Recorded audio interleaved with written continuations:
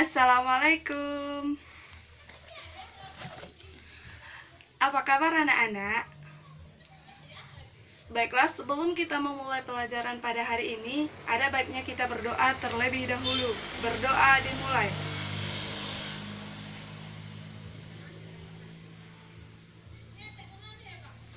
Berdoa selesai. Ibu akan mengabsen kalian terlebih dahulu.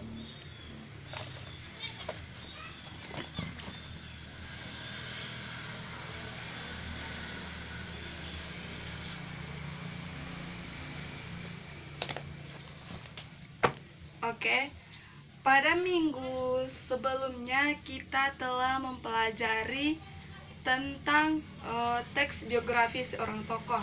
Nah, pada minggu ini kita akan mempelajari apa itu puisi. Puisi. Ada yang sudah tahu apa itu puisi? Baiklah, Ibu akan menjelaskannya. Puisi sudah tidak terdengar asing lagi kan di telinga kita. Nah, puisi ini merupakan salah satu karya sastra yang paling banyak disukai. Mengapa? Karena puisi ini dikaji dari bahasa-bahasa yang indah dan bersifat imajinatif. Puisi ini juga dianggap sebagai rangkaian kata-kata dari perasaan si pengarang yang dituangkannya ke dalam sebuah puisi. Sampai di sini paham? Oke, kalau sudah paham kita lanjut. Puisi ini terbagi menjadi dua, yaitu puisi lama dan puisi baru. Apakah di antara kalian ada yang tahu perbedaan dari puisi lama dan puisi baru? Tidak. Oke, puisi lama dan puisi baru. Puisi lama ini merupakan puisi yang terikat oleh aturan-aturan di mana memiliki suku kata dalam satu baris, memiliki persajakan atau rima, dan lain sebagainya. Sedangkan puisi baru ini tidak terikat oleh aturan-aturan apapun, di mana puisi baru ini lebih bebas daripada puisi lama jika kita lihat dari jumlah suku kata dalam satu baris. Intinya begitu. Paham? Oke, paham. Nah, puisi lama dan puisi baru ini memiliki ciri-ciri, yaitu puisi lama ini ciri-cirinya tidak diketahui nama pengarangnya.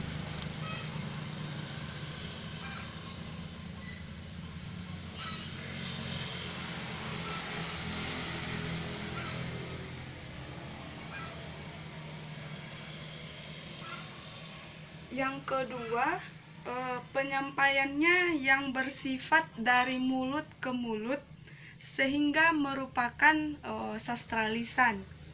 Dan yang ketiga, sangat terikat oleh aturan-aturan, misalnya seperti jumlah baris dalam tiap bait, jumlah suku kata ataupun rima. Itulah ciri-ciri dari puisi lama. Sedangkan ciri-ciri dari puisi baru ini mempunyai bentuk yang rapi atau simetris. Yang kedua, memiliki atau mempunyai sajak yang teratur. Yang ketiga, memakai pola sajak pantun dan syair walaupun dengan pola yang lain. Umumnya memiliki puisi ini 4 seuntai. Yang kelima, di setiap baris atasnya sebuah gatra. Maksud dari sebuah gatra ini kesatuan sintaksisnya. Dan yang terakhir, di setiap kesatuan sintaksis terdiri dari 2 kata pada umumnya dalam 4 atau sampai 5 suku kata. Sampai di sini paham? Oke, kalau sudah paham, kita lanjut kepada unsur-unsur puisi.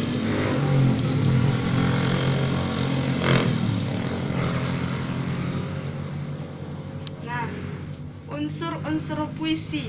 Unsur puisi ini terbagi lagi menjadi dua, yaitu unsur intrinsik dan unsur ekstrinsik. Unsur intrinsik puisi ini merupakan unsur yang terkandung di dalam puisi yang mempengaruhi puisi itu sebagai karya sastra. Dan yang termasuk dalam unsur intrinsik puisi ini terbagi menjadi 6, yaitu diksi, imaji, majas, bunyi, rima,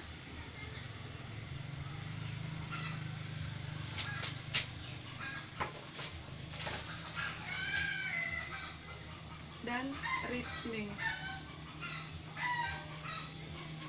Dan yang terakhir tema. Nah, diksi ini merupakan pilihan kata. Maksudnya, jika kita ingin mengarang sebuah puisi, kita harus memilih kata-kata yang bagus, yang baik, yang bisa kita tuangkan di dalam puisi kita itu, agar puisi yang kita karang ini disukai oleh penikmat puisi. Dan yang selanjutnya imaji. Imaji ini yaitu pengarang menggunakan kata-kata yang konkret atau yang khas dalam menciptakan sebuah puisi. Itulah yang dimaksud dengan imaji. Sedangkan majas ini, jika kita ingin mengarang sebuah puisi, kita menggunakan kata-kata yang memiliki makna kiasan dan tidak berdasarkan fakta, yang dipakai untuk memiliki rasa keindahan di dalam puisi itu. Yang sedangkan bunyi ini menimbulkan efek tertentu atau efek nuansa tertentu di dalam sebuah puisi. Sedangkan ritme ini, dinamika suara si pengarang dalam membacakan sebuah puisi agar tidak terdengar monoton bagi penikmat puisi. Nah, tema ini merupakan ide atau gagasan yang ingin disampaikan oleh si pengarang melalui tulisannya. Oke, paham dari unsur intrinsik puisi? Oke, kita lanjut pada unsur ekstrinsiknya.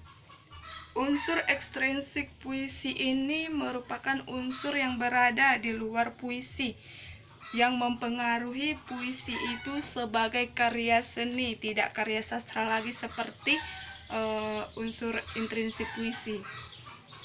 Nah, yang termasuk di dalam unsur ekstrinsik puisi ini yaitu aspek historis, psikologis, filsafat, dan religius.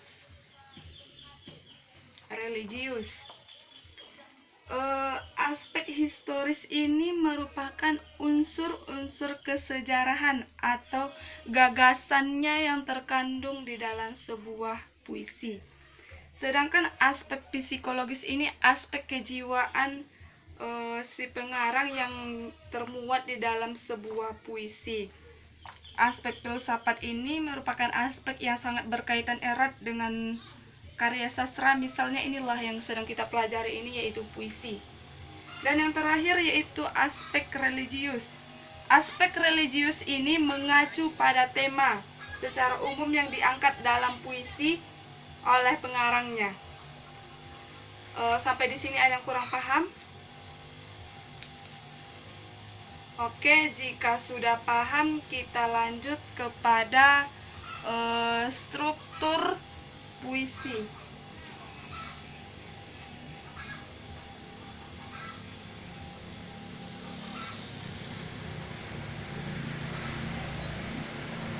Struktur puisi ini terbagi lagi menjadi dua, yaitu struktur batin dan struktur fisik. Nah, struktur batin ini terbagi lagi menjadi 4 bagian, yaitu tema, rasa atau feeling, nada, dan amanat. Tema ini merupakan salah satu unsur utama dalam puisi, karena jika kita ingin mengarang atau menciptakan sebuah puisi, hendaknya kita memilih tema yang sesuai dengan puisi yang akan kita ciptakan atau kita karang. Sedangkan rasa atau feeling ini merupakan sikap penyair terhadap suatu masalah yang diungkapkannya dalam puisi. Misalnya dia mempunyai masalah entah dengan keluarganya, jadi dia tuangkan di dalam puisi masalah tersebut. Sedangkan nada ini merupakan sikap penyair terhadap audiens yang berkaitan dengan makna dan rasa dalam puisi, dalam sebuah puisi. Dan yang terakhir, amanat. Amanat ini merupakan pesan yang terkandung di dalam puisi yang disampaikan si pengarang kepada audiensnya. Nah, itulah 4 bagian dari struktur batin puisi. Apakah ada yang kurang paham? Oke, jika sudah paham, kita lanjut kepada struktur fisik puisi. Struktur fisik puisi ini terbagi menjadi 6, yaitu tipografi, diksi, imaji, kata konkret, gaya bahasa, dan yang terakhir itu ada namanya rima. Nah, tipografi ini merupakan sebuah bentuk puisi yang dipenuhi dengan kata, tepi kiri kanan, serta tidak mempunyai pengaturan baris, hingga pada garis puisi tidak selalu diawali dengan huruf kapital, serta tidak selalu diakhiri dengan tanda titik. Itulah yang dimaksud dengan tipografi. Sedangkan diksi ini yaitu kan sudah dijelaskan tadi, yaitu pemilihan kata. Jika kita ingin mengarang atau menciptakan sebuah puisi, kita harus memilih kata-kata yang bagus dalam mengarang sebuah puisi.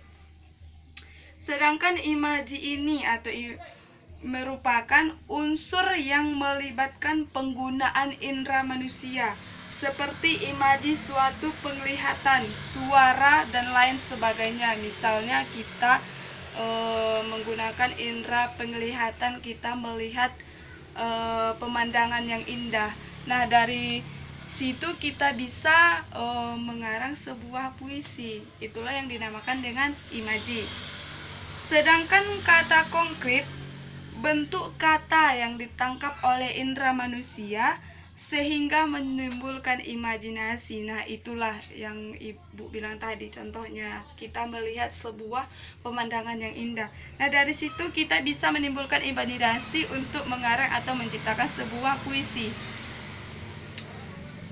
Sedangkan gaya bahasa ini merupakan sebuah penggunaan bahasa yang sifatnya itu seolah-olah menghidupkan puisi tersebut. Bahasa yang kita gunakan itu seolah-olah menimbulkan atau menghidupkan puisi yang kita karang.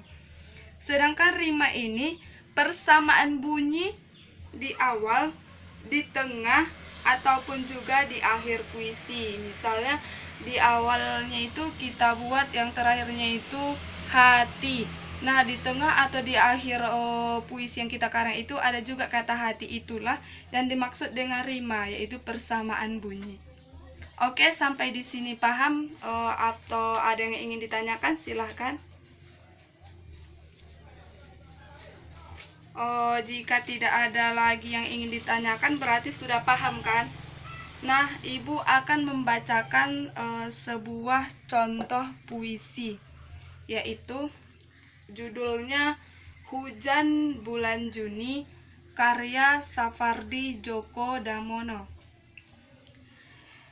Tak ada yang lebih tabah dari hujan bulan Juni.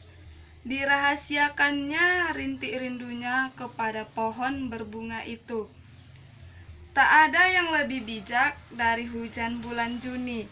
Dihapuskannya jejak-jejak kakinya yang ragu-ragu di jalan itu. Tak ada yang lebih arif dari hujan bulan Juni. Dibiarkannya yang tak terucapkan diserap akar pohon bunga itu.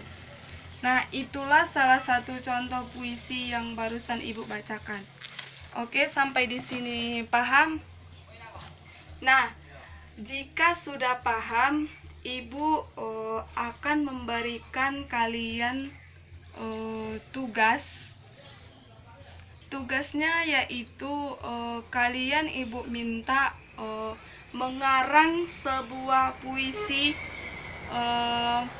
karya kalian sendiri. Temanya bebas, tidak boleh dikopas atau dicontoh dari buku ataupun dari manapun yang lainnya. Bisa? Oke, silakan kerjakan.